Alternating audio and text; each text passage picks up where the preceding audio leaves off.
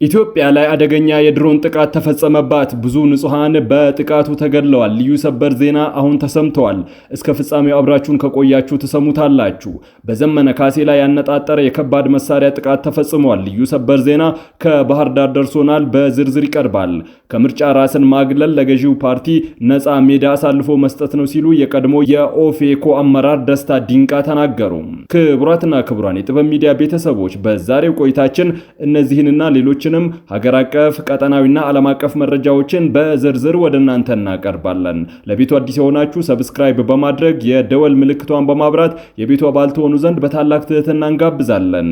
ወደ ሀገር ቤት ለወዳጅ ዘመድ ገንዘብ የምትልኩ ዓለም አቀፍ የንግድ እንቅስቃሴ የምታደርጉ አጠቃላይ በንግድ ሂደት ላይ ለተሰማራችሁ ውድ ቤተሰቦቻችን ይረዳችሁ ዘንድ የዕለቱን የውጭ ሀገር ገንዘቦችን ዕለታዊ የምንዛሬ ዋጋ ነግረናችሁ ወደ ዝርዝር ዘገባዎቹ እናልፋለን። ጥበብ ሚዲያ የህዝብ ድምጽ ነው። ዛሬ በዳሽን ባንክ አንድ የአሜሪካን ዶላር 151 ብር ከ6 ሳንቲም እየተመነዘረ ነው። የአውሮፓ ዩሮ 180 ብር ከ1 ሳንቲም፣ ፓውንድ ስተርሊንግ 204 ብር ከ7 ሳንቲም፣ የስዊዝ ፍራንክ 172 ብር ከ6 ሳንቲም፣ የተባበሩት አረብ ኤምሬቶች ድርሃም 41 ብር ከ3 ሳንቲም፣ የሳውዲ ሪያል 40 ብር ከ5 ሳንቲም፣ የቻይና ዩዋን 21 ብር እየተመነዘረ ነው። በአቢሲኒያ ባንክ አንድ የአሜሪካን ዶላር 152 ብር ከ6 ሳንቲም፣ ፓውንድ ስተርሊንግ 206 ብር ከ3 ሳንቲም፣ የአውሮፓ ዩሮ 180 ብር ከ5 ሳንቲም፣ የስዊዝ ፍራንክ 190 ብር ከ4 ሳንቲም፣ ድርሃም 43 ብር ከ9 ሳንቲም፣ ሪያል 43 ብር ከ5 ሳንቲም እንዲሁም የቻይና ዩዋን 21 ብር ከ7 ሳንቲም የተመነዘረ ነው። በህብረት ባንክ አንድ የአሜሪካን ዶላር 151 ብር ከ8 ሳንቲም፣ ፓውንድ ስተርሊንግ 206 ብር፣ የአውሮፓ ዩሮ 180 ብር የተመነዘረ ነው።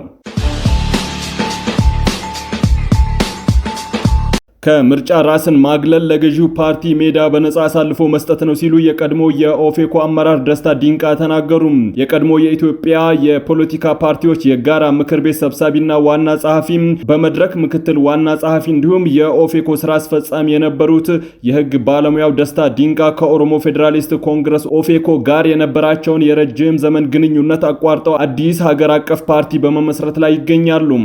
የፖለቲካ ተሳትፏቸው በ1998 ዓመተ ምህረት በኦሮሞ ብሔራዊ ኮንግረስ የጀመሩት ደስታም በ2002 ዓመተ ምህረት የፓርቲው አመራር ከመንግስት ጋር መጠጋቱን በመቃወም ወደ ኦሮሞ ህዝብ ኮንግረስ ፓርቲ ተሸጋግረዋል። በ2004 ዓመተ ምህረት ኦሆኮንና ኦፌኮን ተዋህደው ኦፌኮን ሲመሰርቱ በመስራችነትና በአመራርነት ጉልህ ሚና ተጫውተዋል። በቆይታቸው የኦፌኮና የመድረክ ወጣት ክንፎችን በሊቀመንበርነት መርተዋል። በተለይም በ2006 ዓመተ ምህረት ከማስተር ፕላን ጋር ተያይዞ የታሰሩ ዜጎችና ተማሪዎችን ለመከላከል የጠበቆች ኮሚቴን በማቋቋም በዋናነት ሲያስተባብሩም ቆይተዋል። ሰሞኑን ከኦፌኮ የለቀቁት ፖለቲከኛው ከለውጡ በኋላ የነበረው የትግል ስልታዊ ባለመሆኑ ነባር ፓርቲዎች ጥንካሬያቸውን አጥተዋል በሚል በያዙት ጽኑ ወቀሳና በስድስተኛው ጠቅላላ ምርጫ ዙሪያ በፈጠሩት የአቋም ልዩነት መሆኑን ገልጿል። ከኦፌኮ መልቀቃቸውን ተከትሎም የፌዴራል ዲሞክራቲክ ፓርቲ የተሰኘ አዲስ ፖለቲካዊ ፓርቲ በብሔራዊ ምርጫ ቦርድ ለማስመዝገብ እንቅስቃሴ ጀምረዋል። አንጋፋ አመራሮችን ትቶ አዲስ ጎራ ከመፍጠር ይልቅ ውስጣዊ ልዩነቶችን በውይይት መፍታት ያልተቻለው ለምንድነው ተብለው ለቀረበላቸው ጥያቄ የኢትዮጵያ ፖለቲካ የውይይት ሳይሆን የሴራ ፖለቲካ ነው፣ በተለይም የስልሳዎቹ ፖለቲከኞች አሁንም በሴራ ነው ማሸነፍ የሚቻለው ብለው ያምናሉ ያሉት ፖለቲከኛው ለህግ የመገዛት የቅንነት ባህል የላቸውም። በኦፌኮ ውስጥም የትውልድ ሽግግሮች እንዲኖሩ ብንፈልግም ነባር አመራሮች ለዚህ ዝግጁ አልነበሩም። እኔ ያሰብኩት አዳዲስና የተማሩ ዜጎች ተሰብስበው ሀገራዊ መፍትሄ እንዲያመጡ ነው። ይህም በነበረው መዋቅር ውስጥ ሊሳካ አልቻለም ሲሉ አመራሩ በወቀሳ ምላሽ ሰጥተዋል። ደስታ የኦሮሞ ፖለቲካዊ እውነታ የሚጠይቀው በቁርጠኛነት በምርጫ መሳተፍን እንጂ ሜዳውን ጥሎ መውጣት አይደለም ሲሉም ተናግረዋል። ኢትዮጵያና የዓለም ባንክ በከተማዎች የኑሮ ሁኔታን ለማሻሻልና የወጣቶችን የሥራ ፈጠራን ለመደገፍ የ250 ሚሊዮን ዶላር ስምምነት ተፈራረሙ። የገንዘብ ሚኒስቴር ጥር 6 2018 ኢትዮጵያና የዓለም ባንክ ለከተማ ምርታማነትና ሴፍቲኔት እንዲሁም ለሥራ ዕድል ፈጠራ ፕሮጀክቶች የሚውል 250 ሚሊዮን ዶላር ተጨማሪ የገንዘብ ድጋፍ ስምምነት መፈራረማቸውን አስታውቋል። ስምምነቱ በገንዘብ ሚኒስትር ደኢታ ሰመሬታ ሰዋሰውና በኢትዮጵያ፣ ኤርትራ፣ ሱዳን እና እንዲሁም ደቡብ ሱዳን የዓለም ባንክ ዲቪዥን ዳይሬክተር ማርያም ሳሊማ መካከል በበይነመረብ አማካኝነት ተፈርሟል።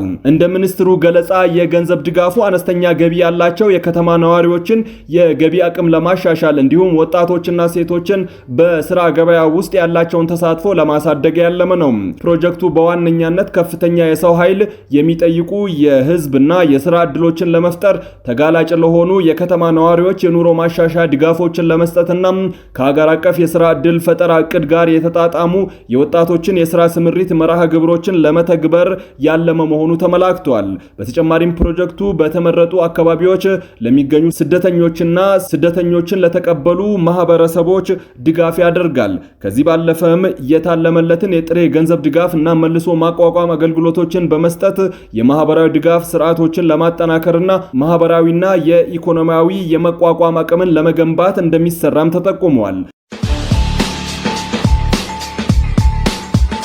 በትግራይ ክልል ምርጫ እንደሚካሄድ ምርጫ ቦርድ ለህግ አውጪዎች ገለጸ። ለጠቅላላው ምርጫ ማስፈጸሚያም 10 ቢሊዮን ብር በጀት መመደቡን አስታውቋል። የኢትዮጵያ ብሔራዊ ምርጫ ቦርድ በትግራይ ክልል 7ኛው ጠቅላላ ምርጫ እንደሚካሄድና ለጠቅላላ ምርጫው ማስፈጸሚያ የሚሆን 10 ቢሊዮን ብር መመደቡን አስታውቋል። ግንቦት 24 ቀን 2018 በሚካሄደው 7ኛው ጠቅላላ ሀገር አቀፍ ምርጫ ለ7ኛው ጠቅላላ ምርጫ አስፈላጊውን የቅድመ ዝግጅት ስራዎች መሰራታቸውን ገልጿል። የቦርዱ ምክትል ሰብሳቢ ተስፋዬ ንዋይ በህግ አውጪዎችና የጋራ ምክር ቤት መድረክ ላይ ባቀረቡት የመወያያ ሰነድ ምርጫውን ለማስፈጸም የሚያስችሉ ከ300 ሺህ በላይ አስፈጻሚዎች ምልመላ መጠናቀቁን ገልጸዋል። ምክትል ሰብሳቢው የእጩዎች ምዝገባ ከጥር 1 እስከ የካቲት 1 2018 ዓ.ም የመራጮች ምዝገባ ደግሞ ከየካቲት 7 እስከ መጋቢት 7 ድረስ እንደሚከናወን አስረድተዋል።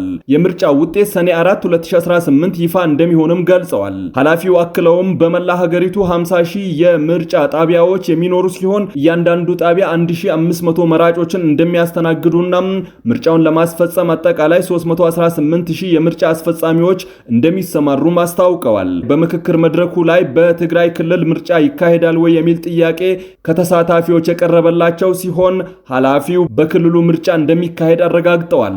ቦርዱ ምርጫውን በክልሉ ለማካሄድ ከትግራይ ክልል ጊዜያዊ አስተዳደርና በክልሉ ከሚንቀሳቀሱ የፖለቲካ ፓርቲዎች ጋር ውይይት ሲያደርግ መቆየቱን መግለጻቸውን ከሕዝብ ተወካዮች ምክር ቤት ያገኘነው መረጃ ያመለክታል።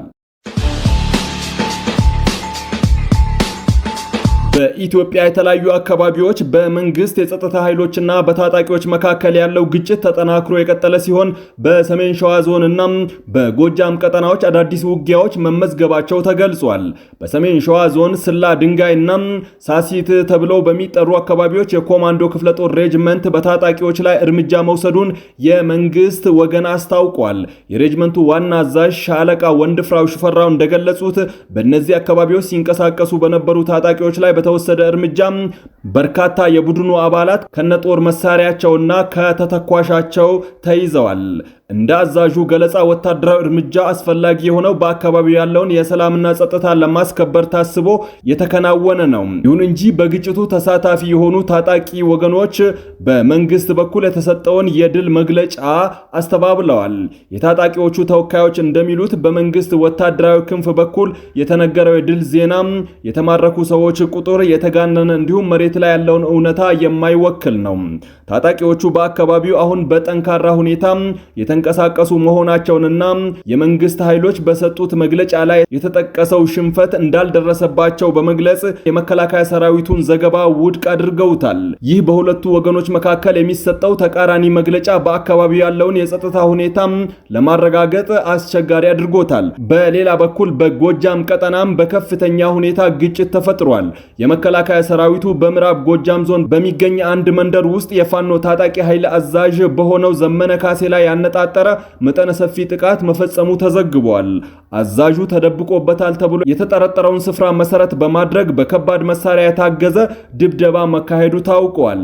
ይህ ጥቃት በአካባቢው ከፍተኛ ድንጋጤን የፈጠረ ሲሆን በወቅቱም በቦታው ላይ የነበረው ውጥረትም እጅግ በጣም ከፍተኛ እንደነበረ ከስፍራው የሚወጡ መረጃዎች አመላክተዋል። ጥቃቱ በአንድ በተወሰነ መንደር ላይ ያተኮረ መሆኑን በሰላማዊ ሰዎች ላይ ሊደርስ የሚችል ስጋትም አሳሳቢ መሆኑ ታውቋል። ጥቃቱ በታጣቂው አዛዥ ዘመነ ካሴ ላይ ስላደረሰው ጉዳት እስካሁን ድረስ በግልጽ የታወቀ ነገር የለም። በአፋር ክልል ኤልዴር ውስጥ በሚገኝ የገጠር ቀበሌ ማክሰኞ ዕለት የተፈጸመው የድሮን ጥቃት በንጹሃን ዜጎች ላይ የሙትና መቁሰል ማድረሱ ተሰምቷል። ለጊዜው ባለቤቱ በግልጽ ያልታወቀው ይህ የድሮን ጥቃት በሰነዘረው ጥቃት የአንዲት ሴት ሕይወት ሲያልፍ በ3 ወንዶች ላይ ደግሞ ቀላል የአካል ጉዳት አድርሷልም ተብሏል። ጥቃቱ በተፈጸመበት ወቅት በአካባቢው የነበሩ የአይን እማኝ ምስክር እንደሰጡት የድሮኑ አመጣጥና እንቅስቃሴ ከጎረቤት ሀገር ጅቡቲ ሳይሆን እንዳልቀረ ጥርጣሬያቸውን ገልጸዋል። ይህ ክስተት በአካባቢው ነዋሪዎች ዘንድ ከፍተኛ ድንጋጤን የፈጠረ ሲሆን ከወራት በፊትም በተመሳሳይ ሁኔታ በቀብር ስነ ስርዓት ላይ በነበሩ የሃይማኖት አባቶችና አዛውንቶች ላይ ተመሳሳይ ጥቃት ተፈጽሞ እንደነበር ይታወሳል። ይህ ተከታታይነት ያለው ጥቃት በኢትዮጵያ ሉዓላዊ ግዛት ውስጥ የተፈጸመ የፌዴራል መንግስት እስካሁን ድረስ ምንም አይነት ይፋዊ መግለጫ አለመስጠቱና ዝምታ መምረጡ በብዙዎች ዘንድ ጥያቄን አስነስቷል። የመንግስት ዝምታ በዜጎች ላይ ለሚፈጸም ጥቃት እንደ መፍቀድ ወይም ጥቃቱን እንደ መረዳት ይቆጠራል ነው የተባለው። በተለይም ጥቃቱ የተፈጸመበት የኤልዶር ወረዳ ከጅቡቲና ኤርትራ ጋር የሚዋሰን ስትራቴጂካዊ ቦታ በመሆኑ የጥቃቱ ምንጭ የውጭ ኃይል ሊሆን ይችላል ከሚለው ግምት ሲደመር መንግስት የዜጎቹን ደህንነት የመጠበቅ ኃላፊነቱን እየተወጣ ስለመሆኑ አጠራጣሪ አድርጎታል። ይህ አይነቱ ዝምታ በሀገር ውስጥ ፖለቲካ ብቻም ሳይሆን በኢትዮጵያና በጎረቤት ሀገራት መካከል ያለውን የጸጥታ ስምምነት ጥርጣሬ ውስጥ የሚከት ሆኗል። የአፍሪካ ቀንድ በአሁኑ ወቅት በከፍተኛ ዲፕሎማሲና የደህንነት ሽኩቻ ውስጥ ትገኛለች። የጅቡቲ የሶማሊያና የኢትዮጵያ ግንኙነት በተለያዩ የወደብና የጸጥታ ጉዳዮች ምክንያት ውጥረት በነገሰበት በዚህ ወቅት በድንበር አካባቢ የሚፈጸሙ መሰል ጥቃቶች ሁኔታውን አሳሳቢ ያደርጉታል። የውጭ ኃይሎች በኢትዮጵያ አየር ክልል ውስጥ ዘልቀው በመግባት የድሮን ጥቃት ሲፈጽሙ መንግስት ምላሽ አለመስጠቱ ምናልባትም ቀጠናዊ ትብብሮችን ላለማሻከር ወይም ከጅቡቲ ያሉ ስምምነቶችን ላለማፍረስ የታለመ ሊሆን እንደሚችል የፖለቲካ ተንታኞች ይገምታሉ። ይሁን እንጂ የዜጎች ሕይወት በሀገራቸው ምድር ዋስትና ማጣቱ የሉዓላዊነት ጥያቄ አሁንም ምላሽ ያልተገኘለት ትልቅ ሀገራዊ አጀንዳ ሆኖ ቀጥሏል። ክቡራትና ክቡራን የጥበብ ሚዲያ ቤተሰቦች ለሰዓቱ የመራረጥናቸው ዘገባዎቻችን በዚህ አብቅተዋል። ለቤቱ አዲስ የሆናችሁ ሰብስክራይብ በማድረግ የደወል ምልክቷን በማብራት የቤቱ አባል ትሆኑ ዘንድ በታላቅ ትህትና ጋብዘን ተሰናበትን። ሰላም።